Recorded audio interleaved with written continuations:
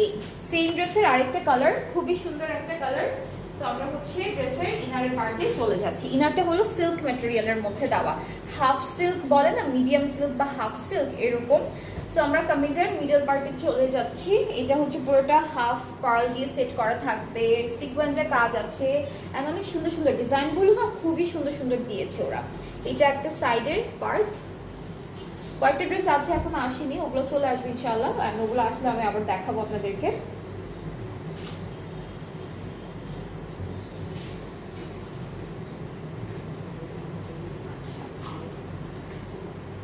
Back part এটা, স্লিভসটা হচ্ছে এরকম, পুরোটা হচ্ছে অর্গানজার উপর চিকেন কারি করা, এইভাবে দেখাই। এই যে এটা স্লিভস।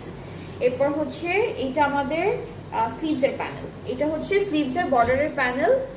এরপর এটা দামানের প্যানেল। আগেরটারই সবকিছু সেম থাকবে, জাস্ট কালারটা ডিফারেন্ট থাকবে। এটা এই পার্টটা হচ্ছে ফুল দামানের জন্য প্যানেলটা থাকবে, এটা দামানের প্যানেলটা। এইটা নেকে বসে যাবে লম্বা করে, এভাবে লম্বা করে বসবে।